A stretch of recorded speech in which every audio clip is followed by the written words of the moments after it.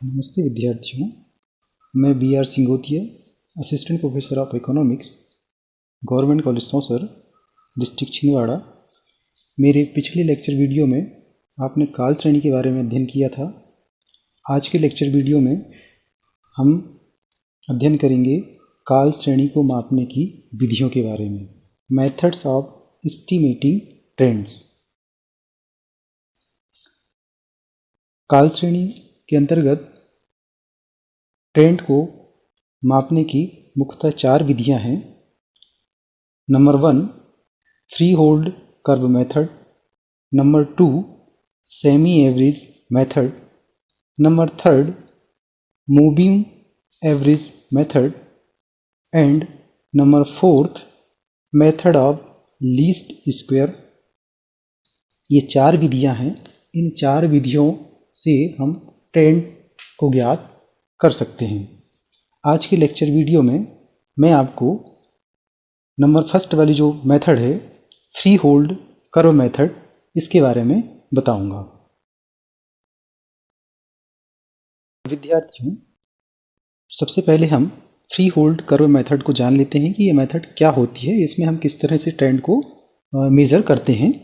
तो इस विधि में दीर्घकालीन प्रवृत्ति का अनुमान लगाने के लिए जो हमें काल श्रेणी के जो हमको ओरिजिनल डाटा दिए हुए होते हैं, उन डाटाओं को हम सबसे पहले ग्राफ में प्रदर्शित करते हैं और उसके बाद जो प्रदर्शित किए गए बिंदुओं हमें प्राप्त होते हैं, उन बिंदुओं के मध्य से गुजरती हुई एक सीधी रेखा या एक कर्व खींचा जाता है। इसी को ही हम ट्रेंड कहते हैं। विद्यार्थियों, ट्रेंड वैल्यू को फाइंड आउट करने के लिए हम एक सवाल सॉल्व करते हैं और इससे हम जानेंगे कि फ्री होल्ड कर्व मेथड से किस तरह से हम ट्रेंड को मेजर कर सकते हैं। हमारे सामने जैसे कि आप स्क्रीन में देख रहे हैं, एक सवाल दिया हुआ है जिसमें हमको 2 वेरिएबल्स दिए हुए हैं, ईयर और प्रॉफिट दिया हुआ है।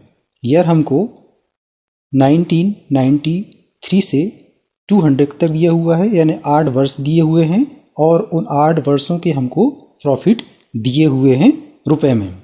अब इससे हमको ट्रेंड वैल्यू ज्ञात करना है। इसके लिए हमें सबसे पहले एक डायग्राम बनाना होगा। जैसे कि आप ये स्क्रीन में देखिए, यहाँ पर हम एक डायग्राम बना रहे हैं और इस डायग्राम में हमने ईयर्स को ओ एक्स अक्ष पर दर्शाया है और प्रॉफिट को ओ वाई अक्ष पर दर्शाया है। अब यहाँ पर आप देखिए कि जो 1993 से 200 ईयर्स तक के जो प्रॉफिट हैं, जो हमको ओरिजिनल डाटा दिया हुआ है, उसका हमने ओरिजिनल डाटा कर्व बनाया है, जिसको आप देख रहे हैं।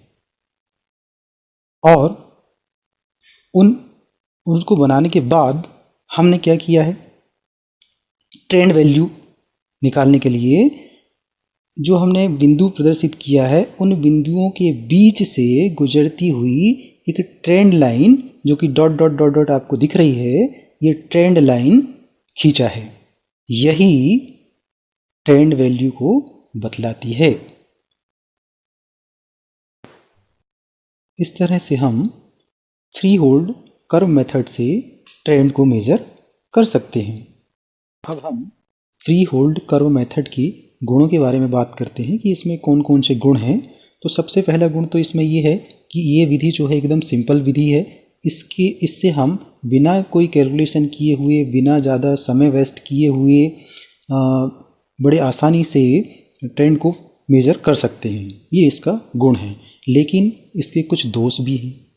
सबसे पहला दोष तो ये है कि इस विधि से अगर हम ट्रेंड को फाइंड आउट करते हैं, ट्रेंड को मेजर करते हैं, तो उसमें कोई निश्चितता का गुण नहीं होता है, क्योंकि एक ही आंकड़े से कई तरह के वक्र बनाए जा सकते हैं।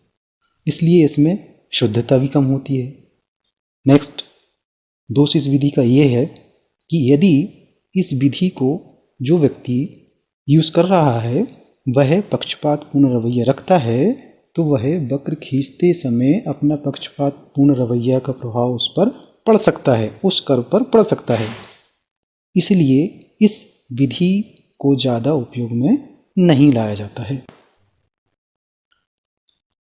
थैंक्स विद्यार्थियों, आज आपने जाना कि जो ट्रेंड्स होती है उसको किन किन विधियों से हम ज्ञात कर सकते हैं।